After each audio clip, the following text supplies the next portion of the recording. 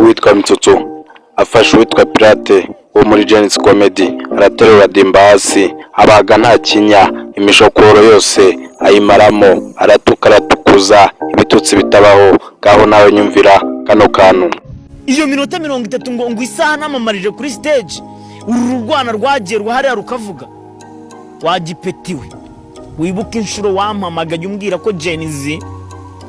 ngo nta kintu kumarira ngo babaha ngo ubufaranga bw'intagwira uri kunyakakazi urabyibuka wagicucu kigori gusa kibagirwa vuba nkakubwira ngo nzakubwira ntago ndi gukora urabyibuka umpamagara nkubwira ngo nsange kwakira ndi mu kazi nkakubwira ngo ninsoza akazi uze kuza tuvugana wasabaga imboba akazi wanjije wakicucu narababwiye ngo iyi ni Mitsutsu Empire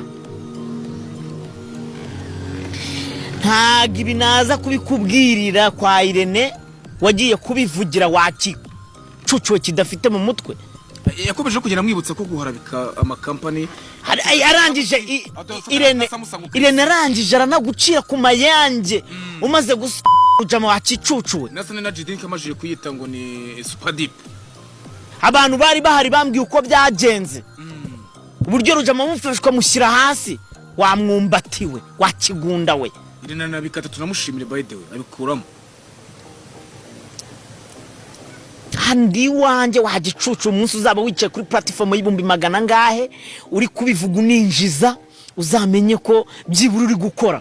Uretse wumva aka kantu witwa Mike none ibyo akoreye Capitaine Regis n'urundi rwego aramufashe araterura mu mbaraga ze arazamura akubita hasi nta gushidikanya amuruka nko muri metero 10 gaho nawe nyumvira ariko jana no twaraweje bundi aransuza numva naruka muri 7 ako Mike wagiweza nahise ndeba ku ruhande bamabonye kira buriya mu bantu ntinyana kirarimo ndavuga kanifate nubwo mugira isoni uraza ugasuza umuntu ako Mike uzi ko uzi utumye yiyumva ndi wabo ipura ya magasa ihagarike